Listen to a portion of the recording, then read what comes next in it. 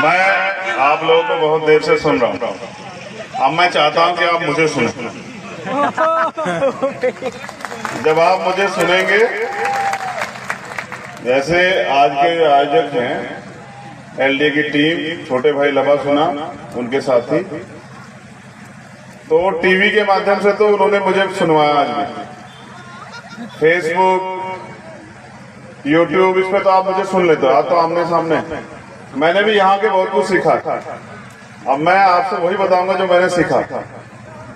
तो सर्वप्रथम तो करुणा के सागर तथागत गौतम बुद्ध, संत शिरोमणि सतगुरु रविदास जी महाराज, भगवान वाल्मीकि महाराज, गुरु नानक देव, संत कबीर, गुरु घासीदास, सभी गुरुओं को नमन करते हुए, और क्योंकि समय भी काफी हो गया है, तो फूले साहू अम्बेडकर, आप तीनों महापुरुषों को नमन करते हुए, मेरे गुरु, मेरे आदर्श मान्यवर साहब श्री काशीराम जी को नमन करते हुए, बलांगीर लाठौर की धरती, इस मंच पर उपस्थित उधर दूसरे साइड से छोटे भाई जगजीवन जी, आशीष जी, हमारी महिला मोर्चा की नेता बोध जी, छोटे भाई लबा सुना, यहाँ के प्रदेश अध्यक्ष लंकेश जी, राजकुमार जांगड़े जी जो छत्तीसगढ़ के प्रदेश अध्यक्ष हैं, दिनेश आजाद जी जो उपाध्यक्ष हैं, हमारे रॉक स्टार सिंगर छोटे भाई बड़ा अच्छा गाते हैं, मैंने आज पहली बार उनको सुना, अच्छा लगा। ये भी साबित हुआ कि हम बहुजन काबिलियत के मोहताज नहीं, उनमें बहुत है, बस अवसर मिलने की देन।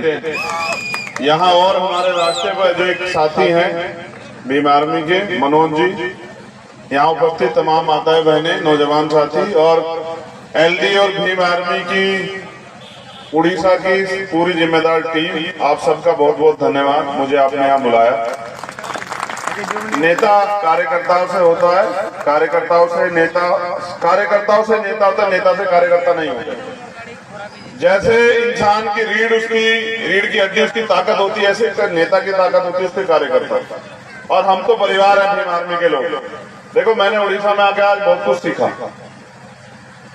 वहां से यहां तक मैंने 10 बार बाबा साहब को माला चढ़ाई होगी, लेकिन उससे कुछ नहीं बदला।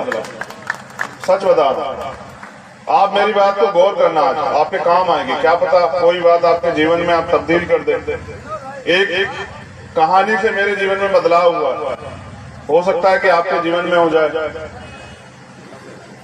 मैंने 10 से ज्यादा जगह बाबा साहब के स्टैचू पे माल्यार्पण किया। मैं हर बार सोचता था कि बाबा साहब की स्टैचू आई, अब ये मुझसे कहेंगे चलो माला चढ़ा दो। इस गांव में बाबा साहब दूसरे हैं, पिछले गांव में दूसरे थे, उससे पिछले गांव में तीसरे थे, उससे पिछले गांव में चौथे थे, आते रास्ते 5वें थे। देखो, बाबा साहब को भगवान मत बनाओ। मैं फिर कह रहा हूँ, बाबा साहब ने खुद कहा है, मैं नहीं कह रहा हूँ। बाबा साहब ने कहा मुझे पूजने की नहीं, पढ़ने की जरूरत है। मैं मूर्तियों में नहीं, किताबों में हूँ। जब दिन निकलेगा तो 2 घंटी बजेगी, 1 घंटी मंदिर की और 1 स्कूल की। तय आपको करना है कि आपको किधर जाना है। साथियों, आज हम यहाँ बोध भीमा महोत्सव बना रहे हैं। देखो, मैं सच बताता हूँ, गुलामों का कोई धर्म नहीं होता। आप इस देश में अपने आप को आजाद समझते हैं? नहीं, समझने से नहीं होता है। गुलाम गुलाम होता है, और गुलाम का कोई धर्म नहीं होता। जिसका राज होता है उसका धर्म होता है, और जिसका राज नहीं होता उसका धर्म नहीं होता। मैं कह रहा हूँ, कोई बुराई नहीं। मैंने तो आज आपको नाचते हुए भी देखा। नाच तो हम लोग हजारों साल से रहे हैं, दूसरों के शासक के इशारे में हम लोग नाचते हैं।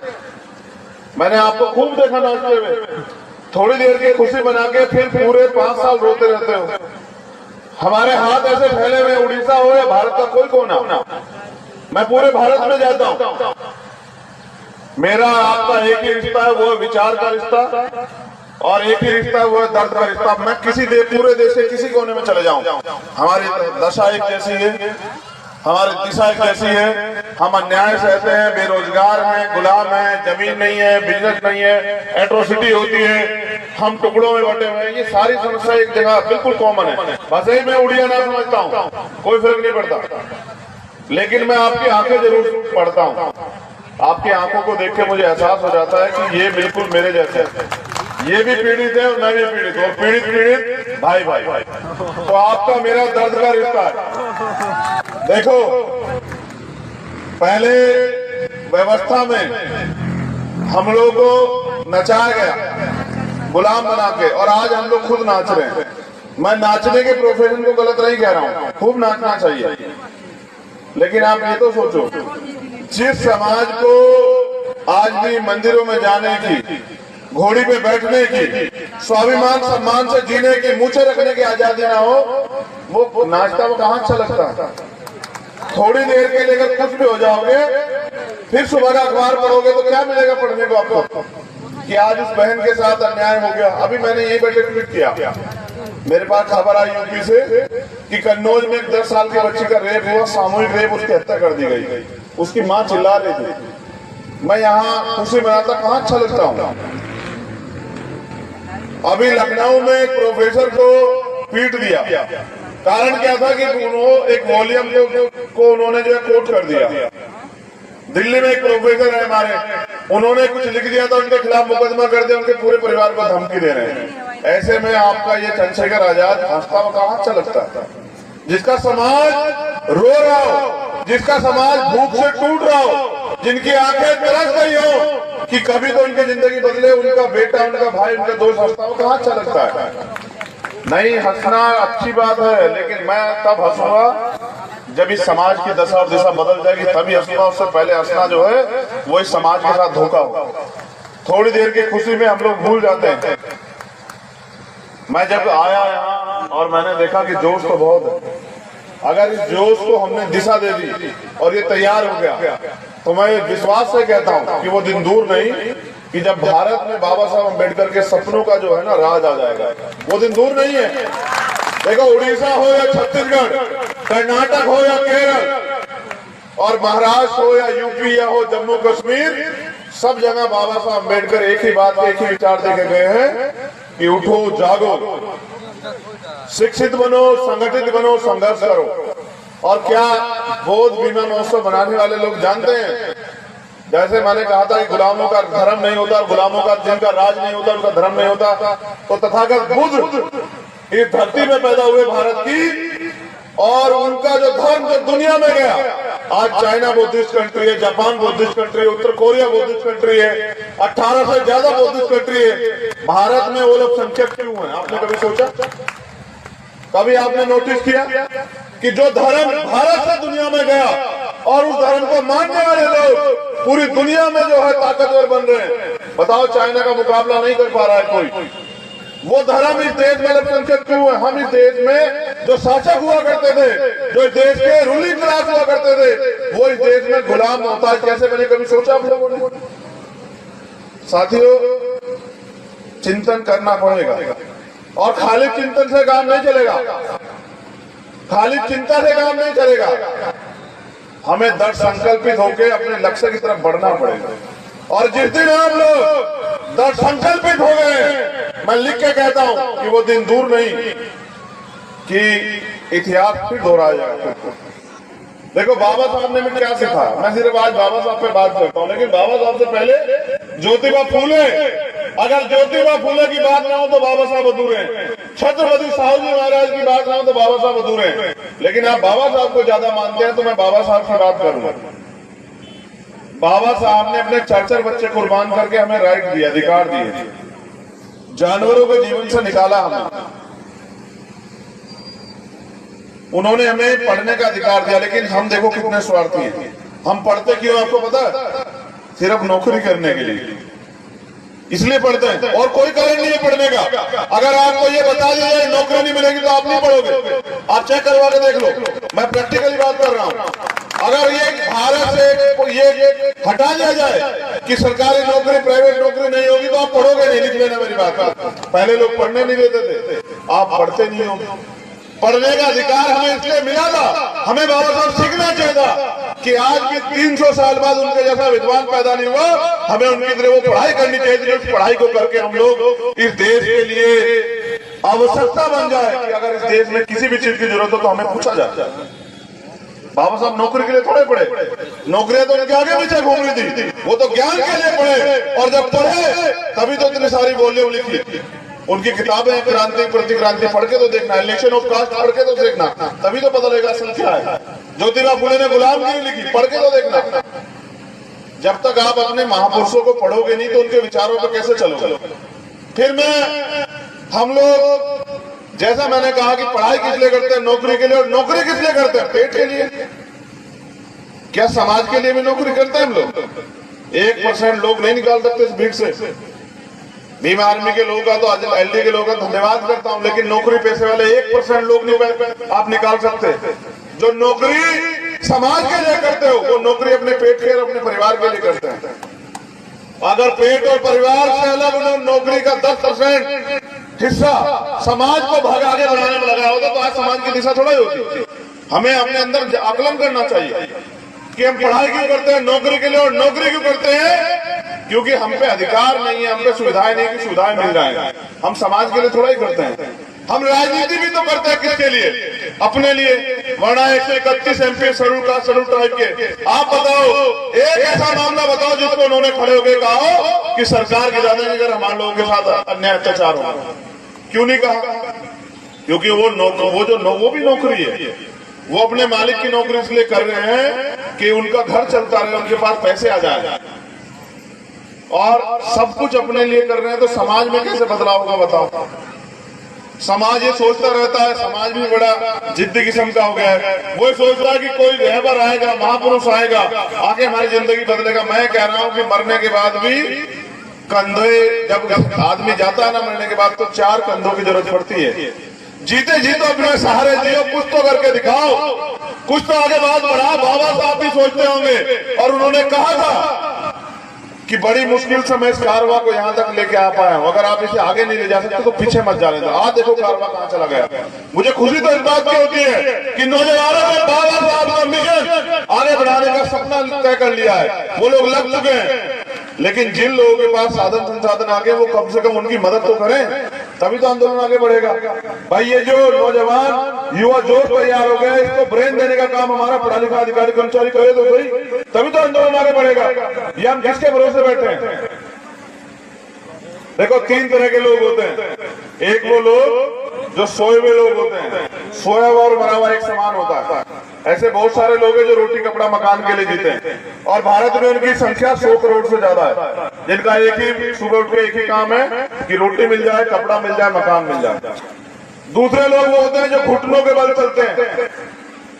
जो आज के हमारे अधिकारी कर्मचारी लोग हैं, वो बेचारे घुटनों के बल इसलिए हैं कि सरकार को उनकी गर्दन ना दिख जाए समाज का कुछ काम करते हुए।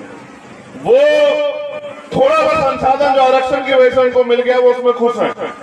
लेकिन तीसरे लोग होते हैं जो आंख से आंख मिला के बात करते हैं। बस मैं तो आप में वो जज्बा देखना चाहता हूं कि आप आंख से आंख मिला के बात करें और हवाओं को बता दो कि वो दिन चले गए। अब अगर अन्याय अत्याचार होगा तो ईंट का जवाब पत्थर से दिया जाएगा, और इतिहास याद रखेगा, दिन नहीं भूलने देंगे किसी को। देखो मेरी बात सुनो, भारत में संविधान, पहले जब राजतंत्र था, आजादी से पहले तो तलवारों से लड़ाइयां होती थी। अब लड़ाई संविधान से होती है, वोट से होती है। जिस दिन आप अपने वोट की वैल्यू समझ जाओगे और काम करने वाले व्यक्ति को मौका दोगे, तो वो दिन दूर नहीं कि उत्तर प्रदेश से लेके कन्याकुमारी से लेके कश्मीर तक, और कश्मीर से लेके कन्याकुमारी तक नीला ही नीला दिखाई देगा। वो दिन दूर नहीं, देश में, याद रखना मेरी बात। लेकिन वो चिल्लाने से नहीं आएगा सर, उसके लिए मेहनत करनी पड़ेगी। जिनसे मुकाबला है वो 5 बजे उठ के शाखा लगाते हैं। आप 5 बजे उठ के समाज को जगाने का काम करते हो? अगर आप उनसे जीतना चाहते हो तो उनसे ज्यादा काम करना पड़ेगा। और यहाँ की जो सरकार है वो 35 साल से सरकार में है, वो और उनके पिताजी। इस बार मुझे प्रदेश अध्यक्ष ने बताया कि यहाँ बाबा साहब अम्बेडकर का मूवमेंट खड़ा होने लग गया है, यहाँ गली गली जय भीम की बात होने लग गई है। इस कारण से मुझे पता लगा मुख्यमंत्री जी इस बार बाबा साहब को नमन कर रहे थे। ये आपकी ताकत है, ये आपके मूवमेंट की ताकत है कि जिन लोगों ने आजाद भारत में, जिन लोगों ने बाबा साहब की जीते जी सब यात्रा निकाली, आज वो भी बाबा साहब की बात करते हैं। देश की सरकार के लोग और आपकी यहाँ की सरकार के लोग जिन्होंने बाबा साहब के बच्चों के सर के बदन के कपड़े तक छीन लिए, उनको रोटी रोटी के लिए मोहताज बना के रखा। जहाँ अन्य अत्याचार बढ़ा वो सामंतों को आगे बढ़ाने में लग गए। आज वो भी बाबा साहब की बात कर रहे हैं, तो वो बाबा साहब की बात आपको छलने के लिए कर रहे हैं। आप लोग बाबा साहब की बात समाज को आगे बढ़ाने के लिए करो, तो मुझे आशा विश्वास है कि वो दिन दूर नहीं कि हमारी जिंदगी बदल जाएगी। और अगर आप ये सोचते हैं कि आपकी जिंदगी बदलने के लिए कोई और आएगा, तो ये आपकी गलतफहमी है। भाई मैं वहां से कहा आने वाला, आपको तो अपने यहाँ चंद्रशेखर पैदा करने पड़ेंगे और कहीं तो इस मंच पे हैं। जिस दिन आप उनमें चंद्रशेखर को देख लोगे और उनका साथ देने लग जाओगे, मैं पूरे विश्वास के साथ कहता हूं कि 95-90% आबादी बहुजन समाज की है उड़ीसा में। जिस बहुजन समाज को शासक समाज होना चाहिए था, वो मोहताज समाज, निठल्ला समाज, निकम्मा समाज, उसका हाथ ऐसे ऐसे है कि वो अपनी ताकत को नहीं जाना है। जिन लोगों को आपसे मांगना चाहिए था कि भाई हमें रोटी रोजगार दे दो, हमें जमीन दे दो, हमें सम्मान दे दो, आज उनके आगे आपके हाथ फैले हुए। इसका एकमात्र कारण ये है कि आप अपनी ताकत को समझे नहीं। बाबा साहब अम्बेडकर ने कहा, जाओ अपने घर की दीवारों पर लिख दो कि हम इस देश के शासक हैं। बाबा साहब के साथ खड़े हुए लोग हंसने लग गए कि बाबा साहब कैसी बात कर रहे हैं, हमारे तो घर ही नहीं है। बाबा साहब कह रहे दीवारों पे लिख दो, जब घर नहीं, दीवारें नहीं तो लिखेंगे कहाँ? बाबा साहब ने कहा चिंता मत करो, मैंने संविधान में व्यवस्था कर दी है, एक समय वो आएगा आपके पास घर भी होगा और आप मालिक भी होंगे, मगर जब मालिक बन जाओगे तो समाज को मत भूलना। आज मैं फिर आपसे यही कह रहा हूँ कि फैसला तो आपको आज नहीं तो कल लेना पड़ेगा। अगर आप ये सोचते हैं कि ये कमजोर जो गरीब लोग ये गुलाम हो जाएंगे, तो मेरा चैलेंज है आप लोगों को कि सबसे पहली बारी आप लोग की आएगी जो अधिकारी कर्मचारी बना बैठा। याद रखना मेरी बात, उनकी नजर इन पे नहीं है। ये तो कल भी मर रहे थे, आज मरी, उनकी नजर उन पे है जो बाबा साहब अम्बेडकर के संविधान के वजह थोड़े से आर्थिक रूप से मजबूत हो गए, और वो ये वर्ग नहीं जो पीछे बैठे। मेरा इशारा आप लोग समझ रहे हो? आप देखो जबरन रिटायरमेंट कराए जा रहे हैं, और जब आग लग लगी है ना तो वो यहाँ तक भी आएगी। याद रखना मेरी बात, वो उड़ीसा तक भी आएगी। अगर आपने फैसला नहीं लिया, बताओ ये सरकार वर्तमान की केंद्र की सरकार एक एक करके सब कुछ बेच रही है। कल सारा सरकार सिस्टम प्राइवेट हो जाएगा। जब प्राइवेट हो जाएगा तो आरक्षण व्यवस्था खत्म हो जाएगी। जब आरक्षण व्यवस्था खत्म हो जाएगी तो आपको कुर्सी कौन दे रहा है साहब? आप कौन से गलत फहमियों के लोग आपको कुर्सी देंगे? जो आज आपको बराबर में बैठना नहीं देते, जो आपका हाथ का छुआ पानी नहीं पीते, वो आपको अधिकार देंगे? गलत फहमी में आप लोग। अभी भी समय है, जाग जाइए। अभी भी समय है कि खड़े हो जाइए, मिशन मूवमेंट को शुरू कर दीजिए, लोगों को जगाना शुरू कर दीजिए। अगर आप इसमें देरी करेंगे तो कल आपको भी भुगतना पड़ेगा। मैं अपनी बात को खत्म करने से पहले आपको एक तरीका बता रहा हूं कि आंदोलन फेल क्यों हुआ पिछड़े वाला, और हम लोग अब तक क्यों नहीं जो है इस गुलामी को काट पाए। अगर मेरी बात आपको समझ में आई तो इसको जाके प्रैक्टिकली प्रयोग करना। आधी आबादी आंदोलन चला रही है। कितनी आबादी? आधी आबादी, और आधी आबादी घर में अंधविश्वास पाखंडवाद को बढ़ावा दे रही है।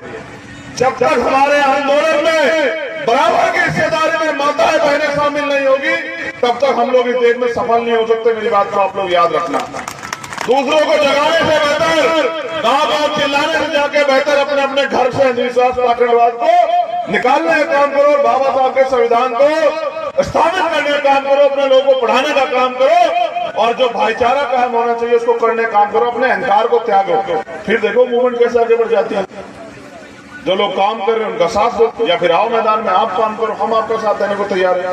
कहीं तो आगे खड़े हो जाओ, कोई सी चैनल में तो फिट हो जाओ, कुछ तो करो। अगर नहीं करोगे तो फिर कह रहा हूं कि कल्पना करो, जितने लोग यहाँ बैठे हैं, कल्पना होती है ना, कल्पना समझते हो कि क्या हो सकता है? सोचो भारत संविधान खत्म हो जाएगा, सोचो भारत संविधान हट गया, आप कल्पना करो आप कहां हो? आप इन कुर्सियों पे नहीं हो सकते किसी भी कीमत पे, समझ गए? इसलिए मैं बात आपसे कह रहा हूं, मैं नौजवान साथियों से अपील कर रहा हूं, खाली जय भीम के नारों से काम नहीं चलेगा सर, खाली जय भीम के नारों से काम नहीं चलेगा। अपने आप को अनुशासित बनाओ, और अपने महापुरुषों को पढ़ो। मैं आपको गुरु मंत्र बता रहा हूँ। ज्योतिबा फूले, साहू जी महाराज और बाबा साहब अम्बेडकर को पहले पढ़ो और फिर ये तय करो, क्योंकि आंदोलन मिशन मूवमेंट का काम समाज को देने के लिए होता है, समाज से लूटने के लिए नहीं होता है। फिर ये तय करो कि आपको किस समाज को लूटना है या इस समाज को कुछ देना है। और अगर मैं गारंटी से कहता हूँ, अगर 10 लोग आपने उड़ीसा में तैयार करके मूवमेंट के मुझे दे दिए, मैं उड़ीसा की धरती पे नीला झंडा जो है ना आपके सहयोग से गाड़ दूंगा। मेरा वादा आपने सो नहीं चाहिए। बकरे का काम, बकरे का एक ही काम होता है, उसकी बलि दी जाती है, शेरों की बलि दी जाती है। 100 लोग नीचे, 10 लोग चाहिए बस ईमानदार, 10 लोग ईमानदार जो समाज के लिए कुछ करके दिखाना चाहते हो। और आपकी जवानी का फायदा क्या होगा बताओ, जो समाज के काम नहीं आएगी। भाई जानवर भी अपने लिए जीता है और आप भी अपने लिए जियोगे तो क्या फायदा। मैंने बहुत दिन पहले सुना था संत गाडगे जी महाराज क्या कह गए कि अगर इस दुनिया में आने के बाद आप सम्मान नहीं कमा पाए तो आप में और जानवर में कोई फर्क नहीं। तो ये चेहरे पर दासी इसलिए कि 85 सोया हुआ, जिस दिन ये बहुजन जाग जाएगा उस दिन चोर लुटेरा भाग जाएगा। बहुत बहुत धन्यवाद। मैं दोबारा से एलडीए की टीम का, भीम आर्मी टीम का धन्यवाद देता हूं। लेकिन याद रखो, इतिहास खुद को दोहराता है। मैं एक आशा आपको देके जा रहा हूं कि बाबा साहब अम्बेडकर ने कहा था, आप मानते हैं बाबा साहब झूठ नहीं कह सकते? बताओ पहले हाथ उठा के बताओ जो लोग मानते हैं बाबा साहब ने सच कहा होगा, हाथ उठाओ। 100% सच। तुम्हें शक है बाबा साहब पे?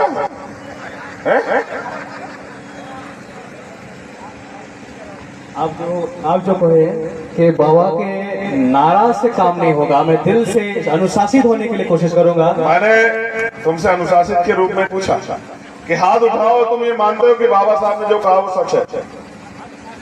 तो सच ये है, बाबा साहब ने कहा था कि 21वीं सदी हमारी है। मैंने तो नहीं कहा ना। किसने कहा? किसने कहा? बाबा साहब झूठ तो नहीं कह सकते ना। भारत में सबको पता है, विरोधी को भी पता है कि बाबा साहब के बच्चे जा चुके हैं। विरोधी को पता है कि डॉक्टर अंबेडकर के बिना देश की राजनीति नहीं चलेगी, इसलिए वो बाबा साहब से बात करने लगे। और याद रखो, मैं भी ऐसा कह रहा हूं कि बिना बाबा साहब के बच्चों के ये देश नहीं चलने देंगे। आप लोग याद रखो, आप लोग कमर कसो, गांव में समाज को तैयार करो। समाज को सुरक्षा देनी है भीम आर्मी के माध्यम से, और समाज को तैयार करना है, क्योंकि वोट की जो वैल्यू है ना उसको भी समझो। वोट का अधिकार बिकने के लिए नहीं मिला, गुलामी से मुक्ति के लिए मिला। और वोट की रक्षा बहन बेटियों की, अपनी माताओं बहनों के सम्मान की तरह करनी है। जिस दिन आपने वोट की रक्षा कर ली और वोट जिम्मेदारी से दिया और आप पिछलकू नहीं बने, आप किसी के जो है चमचे नहीं बने, किसी के पीछे खड़े होने वाले नहीं बने, अपनी मूवमेंट में जुड़ गए, तो मैं लिख के देता हूं उस दिन आप मालिक बनोगे। वरना पिछलकू 131 गुलाम तो जो है वो दिल्ली की पार्लियामेंट में ही रहते हैं। आप तय करो आपको गुलाम बन के जीना है या शासक बन के जीना है। आपने नहीं बनना गुलाम, चिंता मत करो, मेरा वादा आप लोगों से 10 साल में बाबा साहब अम्बेडकर के आंदोलन को घर घर तक पहुंचा के दिखाएंगे। 11वां साल नहीं चाहिए जीवन के लिए। बाबा साहब ने कहा जीवन लंबा नहीं, जीवन महान होना चाहिए। मैं आपसे वादा करता हूं कि हम सब लोग मिलकर इतनी मजबूती से काम करेंगे, जो आगे सामने बैठे और पीछे, कि 10 साल के अंदर बाबा साहब अम्बेडकर के सपनों को इतनी मजबूती से भारत में खड़ा करेंगे कि दुनिया के लोग याद रखेंगे। इतिहास भूलेगा नहीं, हम बाबा साहब का खून है और ये खून मिट सकता है, झुक नहीं सकता। बहुत बहुत धन्यवाद। जय भीम, जय भारत, जय मंडल, जय जोहर, जय संविधान, और आप सभी के लिए मंगल कामना। धन्यवाद। चंद्रशेखर सर, थोड़ा सा मैं गुजारिश करूंगा, कृपया एक पल के लिए आप स्टेज पे आए। चंद्रशेखर सर जी,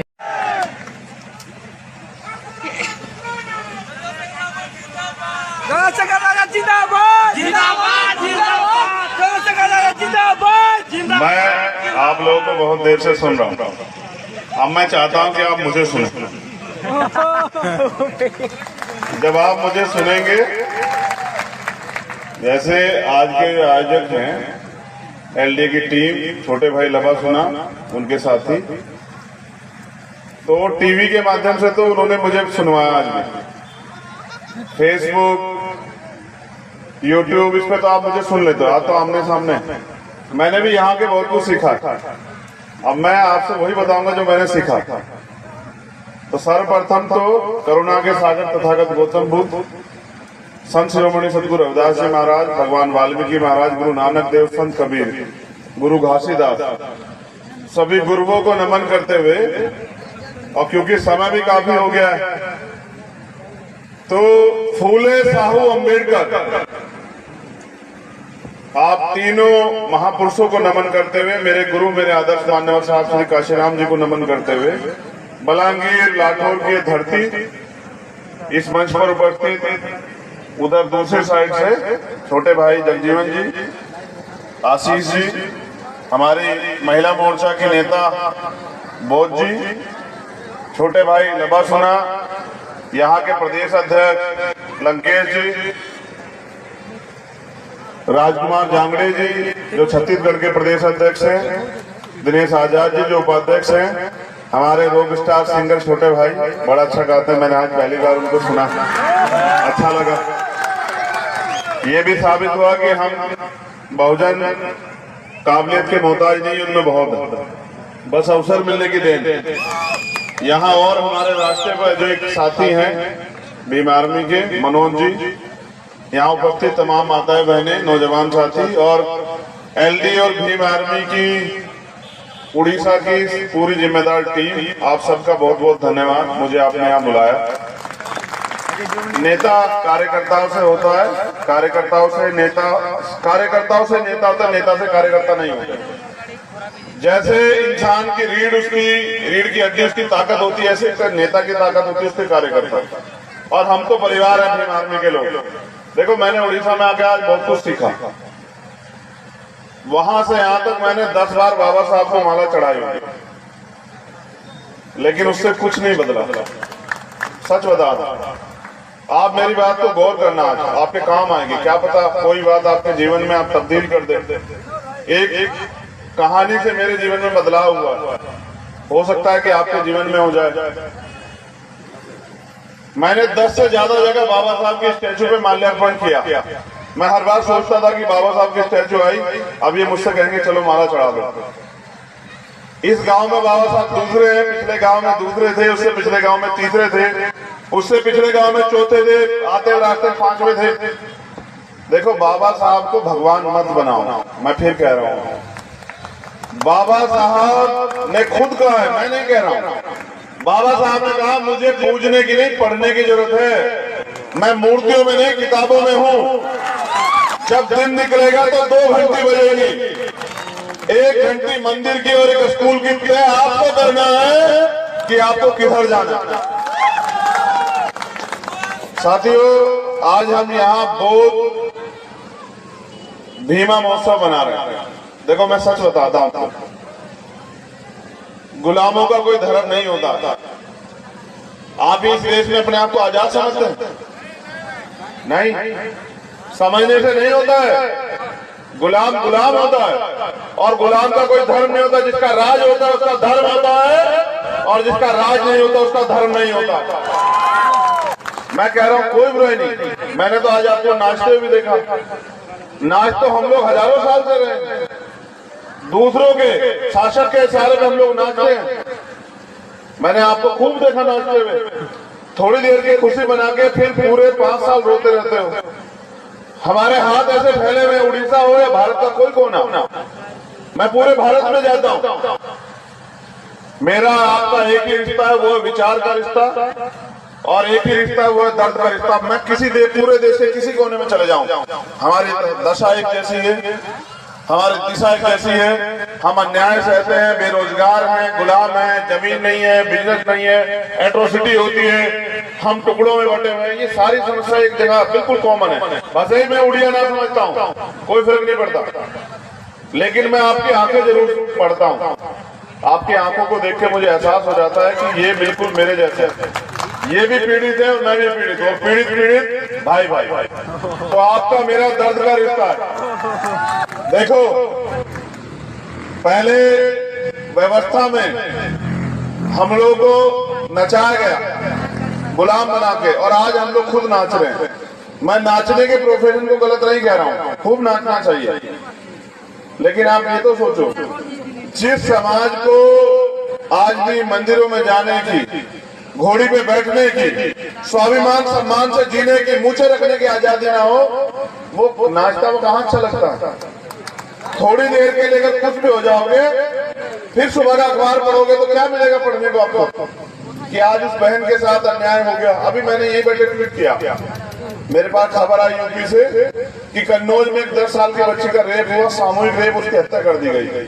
उसकी माँ चिल्ला रही थी, मैं यहाँ खुशी मनाता कहाँ अच्छा लगता हूँ।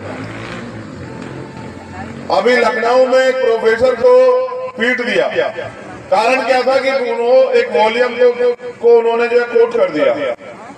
दिल्ली में एक प्रोफेसर है हमारे, उन्होंने कुछ लिख दिया था, उनके खिलाफ मुकदमा कर दिया, उनके पूरे परिवार को धमकी दे रहे हैं। ऐसे में आपका ये चंद्रशेखर आजाद हंसता हुआ कहाँ अच्छा लगता था। जिसका समाज रो रहा हो, जिसका समाज भूख से टूट रहा हो, जिनकी आंखें तरस गई हो कि कभी तो उनकी जिंदगी बदले, उनका बेटा, उनका भाई, उनका दोस्त हंसता हुआ कहाँ अच्छा लगता है। नहीं, हंसना अच्छी बात है, लेकिन मैं तब हंसूंगा जब इस समाज की दशा और दिशा बदल जाएगी, तभी हंसूंगा। उससे पहले हंसना जो है वो इस समाज के साथ धोखा हो। थोड़ी देर की खुशी में हम लोग भूल जाते हैं। मैं जब आया यहाँ और मैंने देखा कि जोश तो बहुत है, अगर इस जोश को हमने दिशा दे दी और ये तैयार हो गया, तो मैं विश्वास से कहता हूँ कि वो दिन दूर नहीं कि जब भारत में बाबा साहब अम्बेडकर के सपनों का जो है ना राज आ जाएगा। वो दिन दूर नहीं है। देखो, उड़ीसा हो या छत्तीसगढ़, कर्नाटक हो या केरल, और महाराष्ट्र हो या यूपी या हो जम्मू कश्मीर, सब जगह बाबा साहब अम्बेडकर एक ही बात, एक ही विचार देके गए हैं कि उठो, जागो, शिक्षित बनो, संगठित बनो, संघर्ष करो।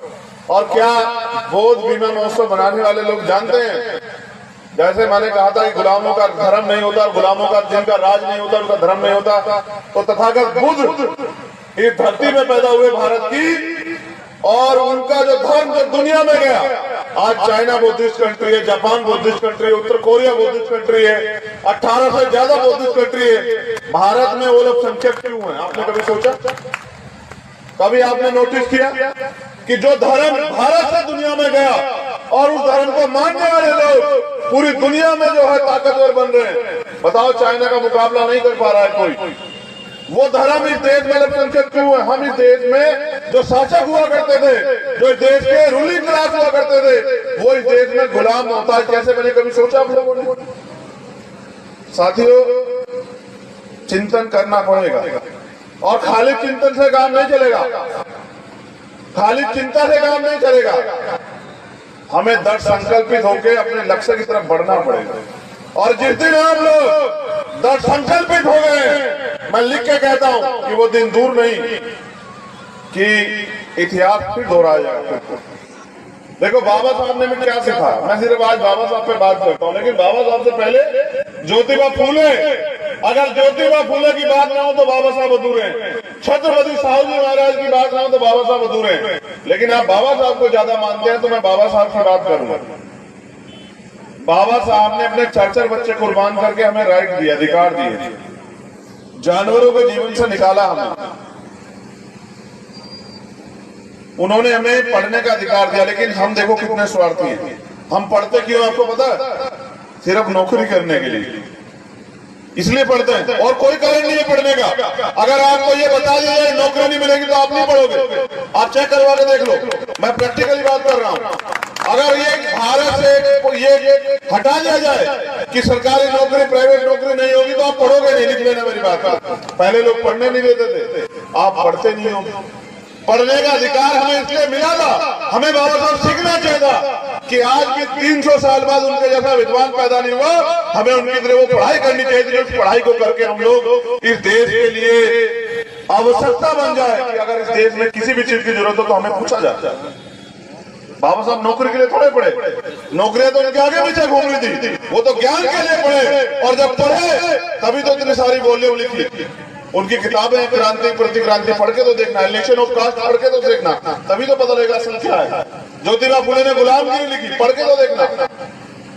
जब तक आप अपने महापुरुषों को पढ़ोगे नहीं तो उनके विचारों पर कैसे चलोगे? फिर हम लोग, जैसा मैंने कहा कि पढ़ाई किस लिए करते हैं? नौकरी के लिए। और नौकरी किस लिए करते हैं? पेट के लिए। क्या समाज के लिए भी नौकरी करते हैं हम लोग? 1% लोग नहीं निकाल सकते इस भीड़ से। भीम आर्मी के लोगों का तो आज एलडी के लोगों का धन्यवाद करता हूं, लेकिन नौकरी पैसे वाले 1% लोग नहीं आप निकाल सकते। जो नौकरी समाज के लिए करते हो वो नौकरी अपने पेट के और अपने परिवार के लिए करते हैं। अगर पेट और परिवार से अलग उन्होंने नौकरी का 10% हिस्सा समाज को आगे बढ़ाने में लगाया होता तो आज समाज की दिशा थोड़ा ही होती। हमें अपने अंदर आकलन करना चाहिए कि हम पढ़ाई क्यों करते हैं नौकरी के लिए, और नौकरी क्यों करते हैं क्योंकि हम पे अधिकार नहीं है, हम पे सुविधाएं नहीं की सुविधाएं मिल रहा है। हम समाज के लिए थोड़ा ही करते हैं। हम राजनीति भी तो करते हैं किसके लिए? अपने लिए। वरना 131 MP शेड्यूल ट्राइब के आप बताओ, एक ऐसा मामला बताओ जिसको उन्होंने खड़े होकर कहा हो कि सरकार की ज्यादा अगर हमारे लोगों के साथ अन्याय अत्याचार हो। क्यों नहीं कहा? क्योंकि वो भी नौकरी है, वो अपने मालिक की नौकरी इसलिए कर रहे हैं कि उनका घर चलता रहे, उनके पास पैसे आ जाए, और सब कुछ अपने लिए कर रहे हैं। तो समाज में कैसे बदलाव होगा बताओ? समाज ये सोचता रहता है, समाज भी बड़ा जिद्दी किस्म का हो गया है। वो सोचता है कि कोई रहबर आएगा, महापुरुष आएगा, आगे हमारी जिंदगी बदलेगा। मैं कह रहा हूं कि मरने के बाद भी कंधे, जब आदमी जाता है ना मरने के बाद, तो 4 कंधों की जरूरत पड़ती है। जीते जी तो अपने सहारे जियो, कुछ तो करके दिखाओ, कुछ तो आगे बात बढ़ाओ। बाबा साहब भी सोचते होंगे, और उन्होंने कहा था कि बड़ी मुश्किल से मैं इस कारवा को यहाँ तक लेके आ पाया हूँ, अगर आप इसे आगे नहीं ले जा सकते तो पीछे मत जाने दो। आज देखो कारवा कहाँ चला गया। मुझे खुशी तो इस बात की होती है कि नौजवानों ने बाबा साहब का मिशन आगे बढ़ाने का सपना तय कर लिया है, वो लोग लग चुके हैं। लेकिन जिन लोगों के पास साधन संसाधन आगे, वो कम से कम उनकी मदद तो करें, तभी तो आंदोलन आगे बढ़ेगा। भाई ये जो नौजवान युवा जोश तैयार हो गए, इसको ब्रेन देने का काम हमारा पढ़ा लिखा अधिकारी कर्मचारी करे तो सही, तभी तो आंदोलन आगे बढ़ेगा। ये हम किसके भरोसे बैठे हैं? देखो 3 तरह के लोग होते हैं।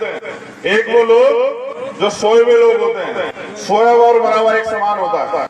ऐसे बहुत सारे लोग हैं जो रोटी कपड़ा मकान के लिए जीते हैं, और भारत में उनकी संख्या 100 करोड़ से ज्यादा है, जिनका एक ही सुबह उठ के एक ही काम है कि रोटी मिल जाए, कपड़ा मिल जाए, मकान मिल जाए। दूसरे लोग वो होते हैं जो घुटनों के बल चलते हैं। जो आज के हमारे अधिकारी कर्मचारी लोग हैं, वो बेचारे घुटनों के बल इसलिए हैं कि सरकार को उनकी गर्दन ना दिख जाए समाज का कुछ काम करते हुए। वो थोड़ा बहुत संसाधन जो आरक्षण की वजह से उनको मिल गया, वो उसमें खुश हैं। लेकिन तीसरे लोग होते हैं जो आंख से आंख मिला के बात करते हैं। बस मैं तो आप में वो जज्बा देखना चाहता हूं कि आप आंख से आंख मिला के बात करें और हवाओं को बता दो कि वो दिन चले गए। अब अगर अन्याय अत्याचार होगा तो ईंट का जवाब पत्थर से दिया जाएगा, और इतिहास याद रखेगा, दिन नहीं भूलने देंगे किसी को। देखो मेरी बात सुनो, भारत में संविधान, पहले जब राजतंत्र था, आजादी से पहले तो तलवारों से लड़ाइयां होती थी। अब लड़ाई संविधान से होती है, वोट से होती है। जिस दिन आप अपने वोट की वैल्यू समझ जाओगे और काम करने वाले व्यक्ति को मौका दोगे, तो वो दिन दूर नहीं कि उत्तर प्रदेश से लेके कन्याकुमारी से लेके कश्मीर तक, और कश्मीर से लेके कन्याकुमारी तक नीला ही नीला दिखाई देगा। वो दिन दूर नहीं, देश में, याद रखना मेरी बात। लेकिन वो चिल्लाने से नहीं आएगा सर, उसके लिए मेहनत करनी पड़ेगी। जिनसे मुकाबला है वो 5 बजे उठ के शाखा लगाते हैं, आप 5 बजे उठ के समाज को जगाने का काम करते हो।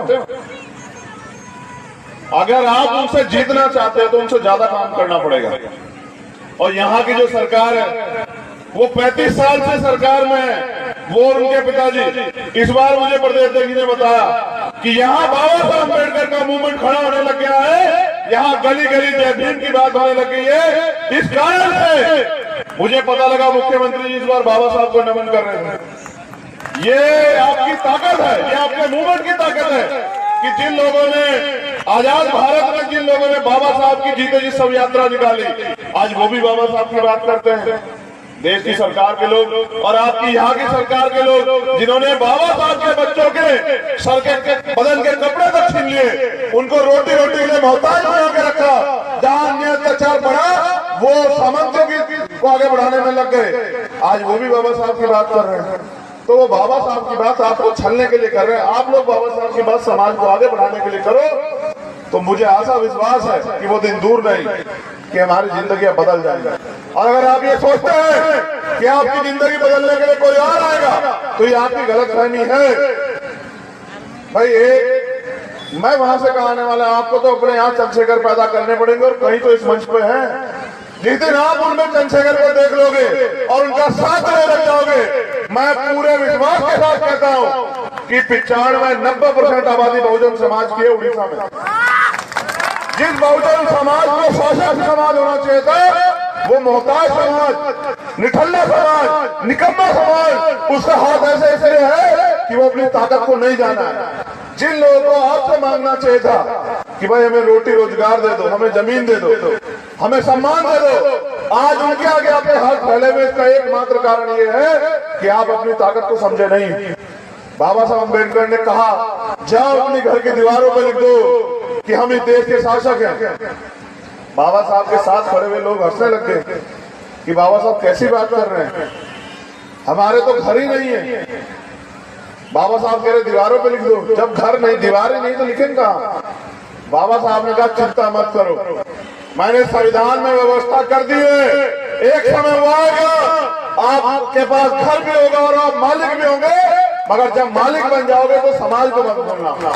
आज मैं फिर आपसे यही कह रहा हूं कि फैसला तो आपको आज नहीं तो कल लेना पड़ेगा। अगर आप ये सोचते हैं कि ये कमजोर जो गरीब लोग ये गुलाम हो जाएंगे, तो मेरा चैलेंज है आप लोगों को कि सबसे पहली बारी आप लोग की आएगी तो अधिकारी कर्मचारी बना बैठा। याद रखना मेरी बात, उनकी नजर इन पे नहीं है, ये तो कल भी मर रहे थे, आज मरे, उनकी नजर उन पे है जो बाबा साहब अम्बेडकर के संविधान के वजह थोड़े से आर्थिक रूप से मजबूत हो गए, और वो ये वर्ग नहीं जो पीछे बैठे। मेरा इशारा आप लोग समझ रहे हो? आप देखो जबरन रिटायरमेंट कराए जा रहे हैं, और जब आग लग लगी है ना तो वो यहाँ तक भी आएगी। याद रखना मेरी बात, वो उड़ीसा तक भी आएगी। अगर आपने फैसला नहीं लिया, बताओ ये सरकार वर्तमान की, केंद्र की सरकार एक एक करके सब कुछ बेच रही है। कल सारा सरकार सिस्टम प्राइवेट हो जाएगा। जब प्राइवेट हो जाएगा तो आरक्षण व्यवस्था खत्म हो जाएगी। जब आरक्षण व्यवस्था खत्म हो जाएगी तो आपको कुर्सी कौन दे रहा है साहब? आप कौन से गलत फहमी के लोग आपको कुर्सी देंगे? जो आज आपको बराबर में बैठना नहीं देते, जो आपका हाथ का छुआ पानी नहीं पीते, वो आपको अधिकार देंगे? गलत फहमी में आप लोग। अभी भी समय है, जाग जाइए, अभी भी समय है कि खड़े हो जाइए, मिशन मूवमेंट को शुरू कर दीजिए, लोगों को जगाना शुरू कर दीजिए। अगर आप इसमें देरी करेंगे तो कल आपको भी भुगतना पड़ेगा। मैं अपनी बात को खत्म करने से पहले आपको एक तरीका बता रहा हूं कि आंदोलन फेल क्यों हुआ पिछले वाला, और हम लोग अब तक क्यों नहीं जो है इस गुलामी को काट पाए। अगर मेरी बात आपको समझ में आई तो इसको जाके प्रैक्टिकली प्रयोग करना। आधी आबादी आंदोलन चला रही है। कितनी आबादी? आधी आबादी, और आधी आबादी घर में अंधविश्वास पाखंडवाद को बढ़ावा दे रही है। जब तक हमारे आंदोलन में बराबर की हिस्सेदारी में माताएं बहनें शामिल नहीं होगी, तब तक हम लोग इस देश में सफल नहीं हो सकते। मेरी बात को आप लोग याद रखना। दूसरों को जगाने से बेहतर, गांव-गांव चिल्लाने से जाके बेहतर अपने अपने घर से अंधविश्वास पाखंडवाद को निकालने का काम करो, और बाबा साहब के संविधान को स्थापित करने का काम करो, अपने लोगों को पढ़ाने का काम करो, और जो भाईचारा कायम होना चाहिए उसको करने का काम करो, अपने अहंकार को त्यागो। फिर देखो मूवमेंट कैसे आगे बढ़ जाती है। जो लोग काम कर रहे हैं उनका साथ दो, या फिर आओ मैदान में आप काम करो, हम आपका साथ देने को तैयार है। कहीं तो आगे खड़े हो जाओ, कोई सी चैनल में तो फिट हो जाओ, कुछ तो करो। अगर नहीं करोगे तो फिर कह रहा हूं कि कल्पना करो, जितने लोग यहाँ बैठे हैं, कल्पना होती है ना, कल्पना समझते हो कि क्या हो सकता है? सोचो भारत संविधान खत्म हो जाएगा, सोचो भारत संविधान हट गया, आप कल्पना करो आप कहां हो? आप इन कुर्सियों पर नहीं हो सकते किसी भी कीमत पर, समझ गए? इसलिए मैं बात आपसे कह रहा हूं, मैं नौजवान साथियों से अपील कर रहा हूं, खाली जय भीम के नारों से काम नहीं चलेगा सर, खाली जय भीम के नारों से काम नहीं चलेगा। अपने आप को अनुशासित बनाओ और अपने महापुरुषों को पढ़ो। मैं आपको गुरु मंत्र बता रहा हूं, ज्योतिबा फूले, साहू जी महाराज और बाबा साहब अम्बेडकर को पहले पढ़ो, और फिर ये तय करो, क्योंकि आंदोलन मिशन मूवमेंट का काम समाज को देने के लिए होता है, समाज से लूटने के लिए नहीं होता है। फिर ये तय करो कि आपको किस समाज को लूटना है या इस समाज को कुछ देना है। और अगर मैं गारंटी से कहता हूं, अगर 10 लोग आपने उड़ीसा में तैयार करके मूवमेंट के मुझे दे दिए, मैं उड़ीसा की धरती पे नीला झंडा जो है ना आपके सहयोग से गाड़ दूंगा। मेरा वादा आपने सो नहीं चाहिए, बकरे का काम, बकरे का एक ही काम होता है, उसकी बलि दी जाती है, शेरों की बलि दी जाती है। 100 लोग नीचे, 10 लोग चाहिए बस ईमानदार, 10 लोग ईमानदार जो समाज के लिए कुछ करके दिखाना चाहते हो। और आपकी जवानी का फायदा क्या होगा बताओ, जो समाज के काम नहीं आएगी। भाई जानवर भी अपने लिए जीता है और आप भी अपने लिए जियोगे तो क्या फायदा। मैंने बहुत दिन पहले सुना था संत गाडगे जी महाराज क्या कह गए कि अगर इस दुनिया में आने के बाद आप सम्मान भी कमा पाए तो आप में और जानवर में कोई फर्क नहीं। तो ये चेहरे पर उदासी इसलिए कि 85 सोया हुआ, जिस दिन ये बहुजन जाग जाएगा उस दिन चोर लुटेरा भाग जाएगा। बहुत बहुत धन्यवाद। मैं दोबारा से एलजे की टीम का, भीम आर्मी टीम का धन्यवाद देता हूं। लेकिन याद रखो, इतिहास खुद को दोहराता है। मैं एक आशा आपको देके जा रहा हूं कि बाबा साहब अम्बेडकर ने कहा था, आप मानते हैं बाबा साहब झूठ नहीं कह सकते, बताओ पहले हाथ उठा के बताओ जो लोग मानते हैं बाबा साहब ने सच कहा होगा, हाथ उठाओ। 100% सच। तुम्हें शक है बाबा साहब पे? आप जो कहे कि बाबा के नारा से काम नहीं होगा, मैं दिल से अनुशासित होने के लिए कोशिश करूंगा। मैंने तुमसे अनुशासित के रूप में पूछा कि हाथ उठाओ, तुम ये मानते हो कि बाबा साहब ने जो कहा वो सच है? तो सच ये है, बाबा साहब ने कहा था कि 21वीं सदी हमारी है। मैंने तो नहीं कहा ना। किसने कहा? किसने कहा? बाबा साहब झूठ तो नहीं कह सकते ना। भारत में सबको पता है, विरोधी को भी पता है कि बाबा साहब के बच्चे जा चुके हैं। विरोधी को पता है कि डॉक्टर अंबेडकर के बिना देश की राजनीति नहीं चलेगी, इसलिए वो बाबा साहब की बात करने लगे। और याद रखो, मैं भी ऐसा कह रहा हूं कि बिना बाबा साहब के बच्चों के ये देश नहीं चलने देंगे। आप लोग याद रखो, आप लोग कमर कसो, गांव में समाज को तैयार करो। समाज को सुरक्षा देनी है भीम आर्मी के माध्यम से, और समाज को तैयार करना है, क्योंकि वोट की जो वैल्यू है ना उसको भी समझो। वोट का अधिकार बिकने के लिए नहीं मिला, गुलामी से मुक्ति के लिए मिला। और वोट की रक्षा बहन बेटियों की, अपनी माताओं बहनों के सम्मान की तरह करनी है। जिस दिन आपने वोट की रक्षा कर ली और वोट जिम्मेदारी से दिया, और आप पिछलप्पू नहीं बने, आप किसी के जो है चमचे नहीं बने, किसी के पीछे खड़े होने वाले नहीं बने, अपनी मूवमेंट में जुड़ गए, तो मैं लिख के देता हूं उस दिन आप मालिक बनोगे। वरना पिछलप्पू 131 गुलाम तो जो है वो दिल्ली की पार्लियामेंट में ही रहते हैं। आप तय करो आपको गुलाम बन के जीना है या शासक बन के जीना है। आपने नहीं बनना गुलाम, चिंता मत करो, मेरा वादा आप लोगों से। 10 साल में बाबा साहब अम्बेडकर के आंदोलन को घर घर तक पहुंचा के दिखाएंगे। 11वां साल नहीं चाहिए जीवन के लिए। बाबा साहब ने कहा जीवन लंबा नहीं, जीवन महान होना चाहिए। मैं आपसे वादा करता हूं कि हम सब लोग मिलकर इतनी मजबूती से काम करेंगे, जो आगे सामने बैठे और पीछे, कि 10 साल के अंदर बाबा साहब अम्बेडकर के सपनों को इतनी मजबूती से भारत में खड़ा करेंगे कि दुनिया के लोग याद रखेंगे। इतिहास भूलेगा नहीं, हम बाबा साहब का खून है, और ये खून मिट सकता है, झुक नहीं सकता। बहुत बहुत धन्यवाद। जय भीम, जय भारत, जय मंडल, जय जोहर, जय संविधान, और आप सभी के लिए मंगल कामना। धन्यवाद। चंद्रशेखर सर, थोड़ा सा मैं गुजारिश करूंगा, कृपया एक पल के लिए आप स्टेज पे आए। चंद्रशेखर सर जी,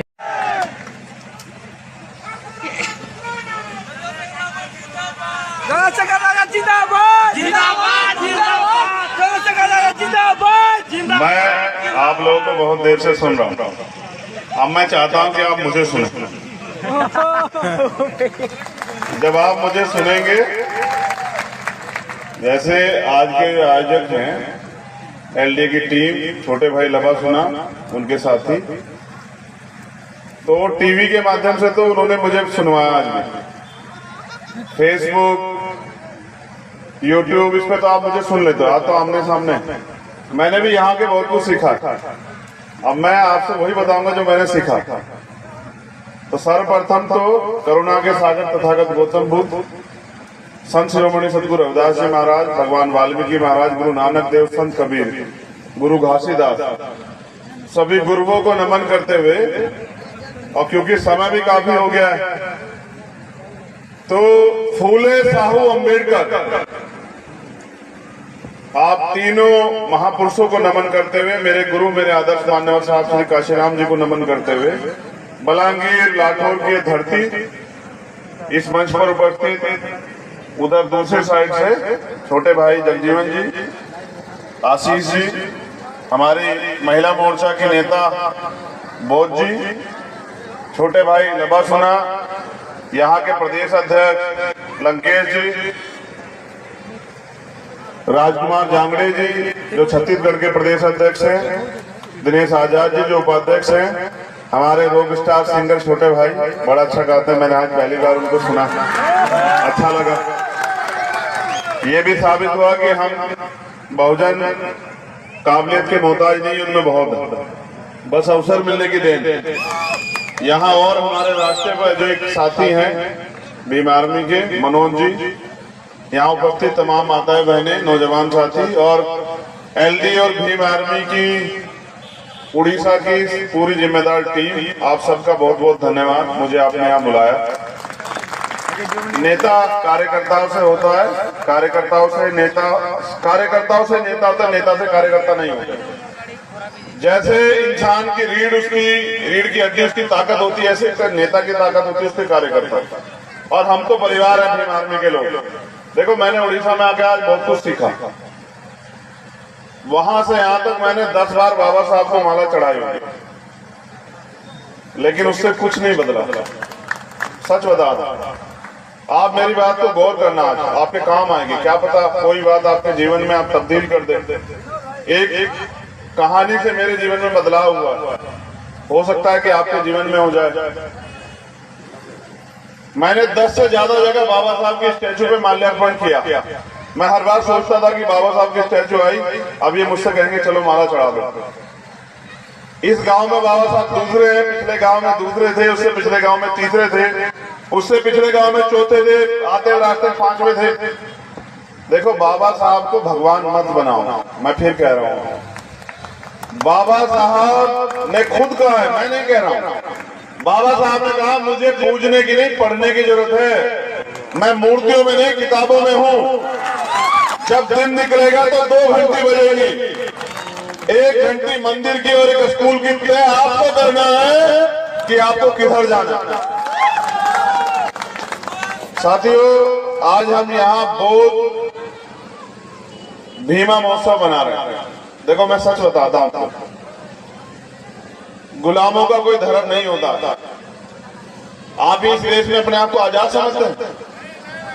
नहीं, समझने से नहीं होता है। गुलाम गुलाम होता है, और गुलाम का कोई धर्म नहीं होता। जिसका राज होता है उसका धर्म होता है, और जिसका राज नहीं होता उसका धर्म नहीं होता।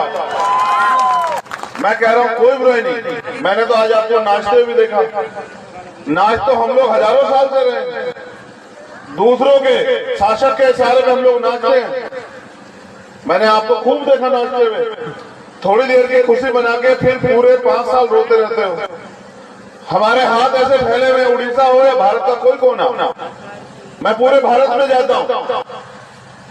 मेरा आपका एक ही रिश्ता है, वो विचार का रिश्ता, और एक ही रिश्ता है वो दर्द का रिश्ता। मैं पूरे देश के किसी कोने में चले जाऊं, हमारी दशा एक जैसी है, हमारी दिशा एक जैसी है। हम अन्याय सहते हैं, बेरोजगार हैं, गुलाम हैं, जमीन नहीं है, बिजनेस नहीं है, एट्रोसिटी होती है, हम टुकड़ों में बटे हुए हैं। ये सारी समस्या एक जगह बिल्कुल कॉमन है। बस यही मैं उड़िया ना समझता हूँ, कोई फर्क नहीं पड़ता।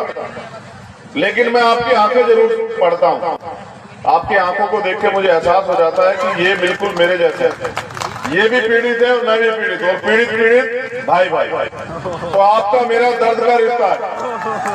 देखो पहले व्यवस्था में हम लोग को नचाया गया गुलाम बना के, और आज हम लोग खुद नाच रहे हैं। मैं नाचने के प्रोफेशन को गलत नहीं कह रहा हूँ, खूब नाचना चाहिए। लेकिन आप ये तो सोचो, जिस समाज को आज भी मंदिरों में जाने की, घोड़ी पे बैठने की, स्वाभिमान सम्मान से जीने की, मूछे रखने की आजादी ना हो, वो नाचता वो कहाँ अच्छा लगता है। थोड़ी देर के लिए अगर कुछ भी हो जाओगे, फिर सुबह का अखबार पढ़ोगे तो क्या मिलेगा पढ़ने को आपको कि आज इस बहन के साथ अन्याय हो गया। अभी मैंने यही बैठे ट्वीट किया, मेरे पास खबर आई यूपी से कि कन्नौज में एक 10 साल के बच्ची का रेप हुआ, सामूहिक रेप, उसकी हत्या कर दी गई। उसकी माँ चिल्ला रही थी। मैं यहाँ खुशी मनाता कहाँ अच्छा लगता हूँ। अभी लखनऊ में एक प्रोफेसर को पीट दिया। कारण क्या था कि उन्होंने एक वॉल्यूम को उन्होंने जो है कोट कर दिया। दिल्ली में एक प्रोफेसर है हमारे, उन्होंने कुछ लिख दिया था, उनके खिलाफ मुकदमा कर दिया, उनके पूरे परिवार को धमकी दे रहे हैं। ऐसे में आपका ये चंद्रशेखर आजाद हंसता हुआ कहाँ अच्छा लगता था? जिसका समाज रो रहा हो, जिसका समाज भूख से टूट रहा हो, जिनकी आंखें तरस गई हो कि कभी तो उनकी जिंदगी बदले, उनका बेटा, उनका भाई, उनका दोस्त हंसता हो, कहाँ अच्छा लगता है? नहीं, हंसना अच्छी बात है, लेकिन मैं तब हंसूंगा जब इस समाज की दशा और दिशा बदल जाएगी, तभी हंसूंगा। उससे पहले हंसना जो है वो इस समाज के साथ धोखा हो।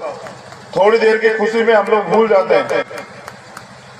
मैं जब आया यहाँ और मैंने देखा कि जोश तो बहुत है, अगर इस जोश को हमने दिशा दे दी और ये तैयार हो गया, तो मैं विश्वास से कहता हूँ कि वो दिन दूर नहीं कि जब भारत में बाबा साहब अम्बेडकर के सपनों का जो है ना राज आ जाएगा। वो दिन दूर नहीं है। देखो, उड़ीसा हो या छत्तीसगढ़, कर्नाटक हो या केरल, और महाराष्ट्र हो या यूपी या हो जम्मू कश्मीर, सब जगह बाबा साहब अम्बेडकर एक ही बात, एक ही विचार देके गए हैं कि उठो, जागो, शिक्षित बनो, संगठित बनो, संघर्ष करो। और क्या बौद्ध भीमा महोत्सव बनाने वाले लोग जानते हैं, जैसे मैंने कहा था कि गुलामों का धर्म नहीं होता और गुलामों का जिनका राज नहीं होता उनका धर्म नहीं होता, तो तथागत बुद्ध इस धरती में पैदा हुए भारत की, और उनका जो धर्म जो दुनिया में गया, आज चाइना बुद्धिस्ट कंट्री है, जापान बुद्धिस्ट कंट्री है, उत्तर कोरिया बुद्धिस्ट कंट्री है, 18 से ज्यादा बुद्धिस्ट कंट्री है। भारत में वो लोग संख्यक क्यों है? आपने कभी सोचा? कभी आपने नोटिस किया कि जो धर्म भारत से दुनिया में गया और उस धर्म को मानने वाले लोग पूरी दुनिया में जो है ताकतवर बन रहे हैं? बताओ, चाइना का मुकाबला नहीं कर पा रहा है कोई। वो धर्म इस देश में अल्पसंख्यक क्यों है? हम इस देश में जो शासक हुआ करते थे, जो इस देश के रूलिंग क्लास हुआ करते थे, वो इस देश में गुलाम होता है कैसे? मैंने कभी सोचा आप लोगों ने? साथियों, चिंतन करना पड़ेगा, और खाली चिंतन से काम नहीं चलेगा, खाली चिंता से काम नहीं चलेगा। हमें दृढ़ संकल्पित होकर अपने लक्ष्य की तरफ बढ़ना पड़ेगा। और जिस दिन आप लोग दृढ़ संकल्पित हो गए, मैं लिख के कहता हूं कि वो दिन दूर नहीं कि इतिहास फिर दोहराया जाएगा। देखो, बाबा साहब ने क्या सिखाया, मैं सिर्फ आज बाबा साहब पे बात करता हूं, लेकिन बाबा साहब से पहले ज्योतिबा फूले। अगर ज्योतिबा फूले की बात ना हो तो बाबा साहब अधूरे हैं। छत्रपति साहू जी महाराज की बात ना हो तो बाबा साहब अधूरे हैं। लेकिन आप बाबा साहब को ज्यादा मानते हैं तो मैं बाबा साहब की बात करूंगा। बाबा साहब ने अपने 4 बच्चे कुर्बान करके हमें राइट दिए, अधिकार दिए, जानवरों के जीवन से निकाला हमें। उन्होंने हमें पढ़ने का अधिकार दिया, लेकिन हम देखो कितने स्वार्थी हैं। हम पढ़ते क्यों आपको पता है? सिर्फ नौकरी करने के लिए, इसलिए पढ़ते हैं, और कोई कारण नहीं है पढ़ने का। अगर आपको ये बता दिया जाए नौकरी नहीं मिलेगी तो आप नहीं पढ़ोगे। आप चेक करवा के देख लो, मैं प्रैक्टिकली बात कर रहा हूं। अगर ये भारत से ये हटा दिया जाए कि सरकारी नौकरी, प्राइवेट नौकरी नहीं होगी, तो आप पढ़ोगे नहीं। लिख लेना मेरी बात। पहले लोग पढ़ने नहीं देते थे, आप पढ़ते नहीं हो।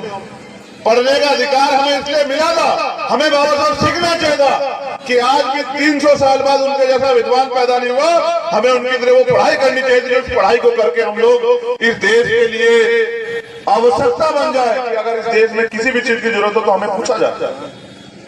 बाबा साहब नौकरी के लिए थोड़े पढ़े, नौकरियां तो उनके आगे पीछे घूम रही थी, वो तो ज्ञान के लिए पढ़े, और जब पढ़े तभी तो इतनी सारी वॉल्यूम लिखी। उनकी किताबें क्रांति प्रतिक्रांति पढ़ के तो देखना, इलेक्शन ऑफ कास्ट पढ़ के तो देखना, तभी तो पता लगेगा असल क्या है। ज्योतिबा फुले ने गुलामगिरी लिखी, पढ़ के तो देखना। जब तक आप अपने महापुरुषों को पढ़ोगे नहीं तो उनके विचारों पर कैसे चलोगे? फिर हम लोग, जैसा मैंने कहा कि पढ़ाई किस लिए करते हैं? नौकरी के लिए। और नौकरी किस लिए करते हैं? पेट के लिए। क्या समाज के लिए भी नौकरी करते हैं हम लोग? 1% लोग नहीं निकाल सकते इस भीड़ से। भीम आर्मी के लोगों का तो, एलडी के लोगों का धन्यवाद करता हूं, लेकिन नौकरी पेशे वाले 1% लोग नहीं आप निकाल सकते। जो नौकरी समाज के लिए करते हो, वो नौकरी अपने पेट के और अपने परिवार के लिए करते हैं। अगर पेट और परिवार से अलग उन्होंने नौकरी का 10% हिस्सा समाज को आगे बढ़ाने में लगाया होता तो आज समाज की दिशा थोड़ा ही होती। हमें अपने अंदर आकलन करना चाहिए कि हम पढ़ाई क्यों करते हैं? नौकरी के लिए। और नौकरी क्यों करते हैं? क्योंकि हम पे अधिकार नहीं है, हम पे सुविधाएं नहीं कि सुविधाएं मिल जाए। हम समाज के लिए थोड़ा ही करते हैं, हम राजनीति भी तो करते हैं किसके लिए? अपने लिए। वरना 131 MP schedule caste schedule tribe के, आप बताओ एक ऐसा मामला बताओ जिसको उन्होंने खड़े होकर कहा हो कि सरकार की ज्यादा अगर हमारे लोगों के साथ अन्याय अत्याचार हो। क्यों नहीं कहा? क्योंकि वो भी नौकरी है, वो अपने मालिक की नौकरी इसलिए कर रहे हैं कि उनका घर चलता रहे, उनके पास पैसे आ जाए, और सब कुछ अपने लिए कर रहे हैं। तो समाज में कैसे बदलाव होगा बताओ? समाज ये सोचता रहता है, समाज भी बड़ा जिद्दी किस्म का हो गया है। वो सोचता है कि कोई रहबर आएगा, महापुरुष आएगा, आके हमारी जिंदगी बदलेगा। मैं कह रहा हूं कि मरने के बाद भी कंधे, जब आदमी जाता है ना मरने के बाद, तो 4 कंधों की जरूरत पड़ती है। जीते जी तो अपने सहारे जियो, कुछ तो करके दिखाओ, कुछ तो आगे बात बढ़ा। बाबा साहब भी सोचते होंगे, और उन्होंने कहा था कि बड़ी मुश्किल से मैं इस कारवा को यहाँ तक लेके आ पाया हूँ, अगर आप इसे आगे नहीं ले जा सकते तो पीछे मत जाने दो। आज देखो कारवा कहाँ चला गया। मुझे खुशी तो इस बात की होती है कि नौजवानों ने बाबा साहब का मिशन आगे बढ़ाने का सपना तय कर लिया है, वो लोग लग चुके हैं। लेकिन जिन लोगों के पास साधन संसाधन आगे, वो कम से कम उनकी मदद तो करें, तभी तो आंदोलन आगे बढ़ेगा। भाई ये जो नौजवान युवा जोश तैयार हो गया, इसको ब्रेन देने का काम हमारा पढ़ा लिखा अधिकारी कर्मचारी करे तो सही, तभी तो आंदोलन आगे बढ़ेगा। ये हम किसके भरोसे बैठे हैं? देखो 3 तरह के लोग होते हैं। एक वो लोग जो सोए हुए लोग होते हैं, सोया हुआ और मरा हुआ एक समान होता है। ऐसे बहुत सारे लोग हैं जो रोटी कपड़ा मकान के लिए जीते हैं, और भारत में उनकी संख्या 100 करोड़ से ज्यादा है, जिनका एक ही सुबह उठ के एक ही काम है कि रोटी मिल जाए, कपड़ा मिल जाए, मकान मिल जाए। दूसरे लोग वो होते हैं जो घुटनों के बल चलते हैं। जो आज के हमारे अधिकारी कर्मचारी लोग हैं, वो बेचारे घुटनों के बल इसलिए हैं कि सरकार को उनकी गर्दन ना दिख जाए समाज का कुछ काम करते हुए। वो थोड़ा बहुत संसाधन जो आरक्षण की वजह से उनको मिल गया, वो उसमें खुश हैं।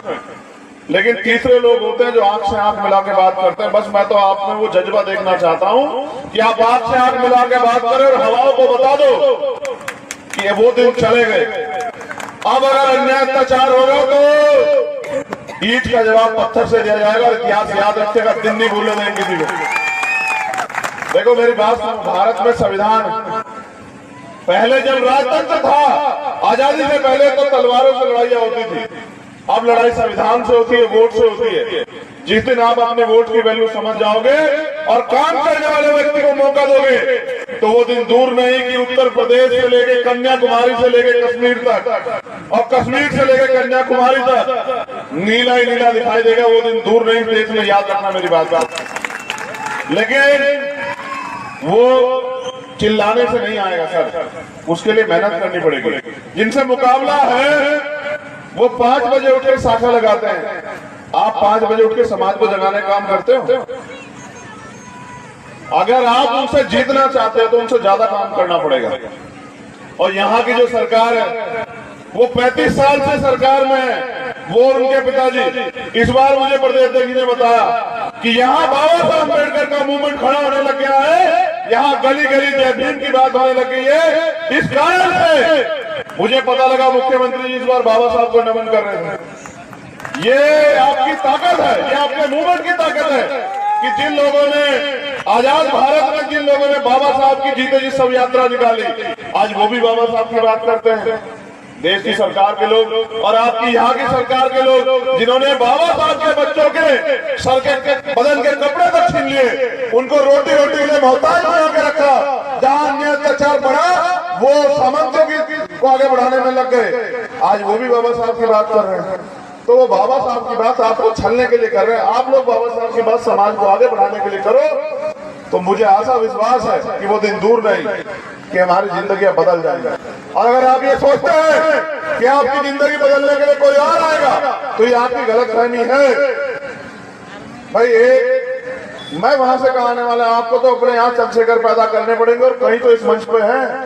जिस दिन आप उनमें चंद्रशेखर को देख लोगे और उनका साथ में लग जाओगे, मैं पूरे विश्वास के साथ कहता हूँ कि 95-90% आबादी बहुजन समाज की है उड़ीसा में।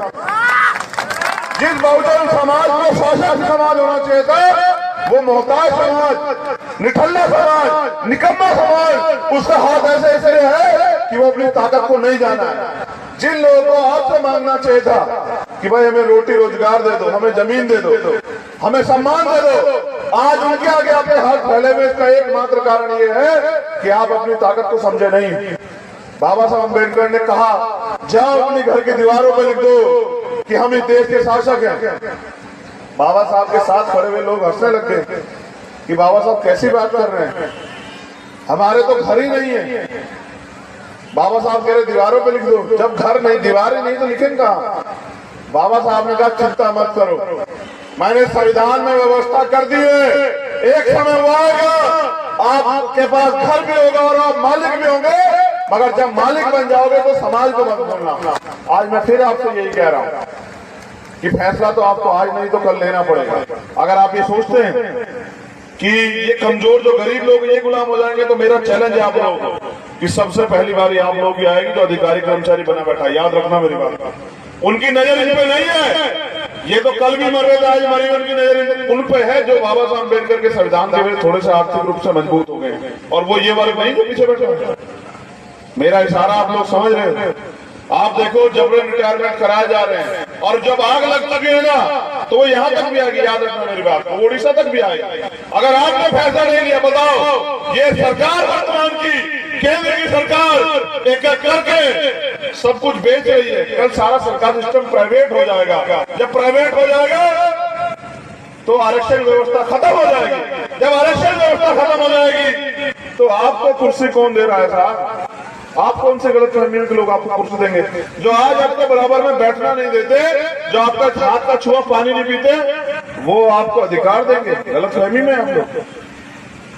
अभी भी समय, जाग जाइए, अभी भी समय है कि खड़े हो जाइए, मिशन मूवमेंट को शुरू कर दीजिए, लोगों को जगाना शुरू कर दीजिए। अगर आप इसमें देरी करेंगे तो कल आपको भी भुगतना पड़ेगा। मैं अपनी बात को खत्म करने से पहले आपको एक तरीका बता रहा हूं कि आंदोलन फेल क्यों हुआ पिछले वाला, और हम लोग अब तक क्यों नहीं जो है इस गुलामी को काट पाए। अगर मेरी बात आपको समझ में आई तो इसको जाकर प्रैक्टिकली प्रयोग करना।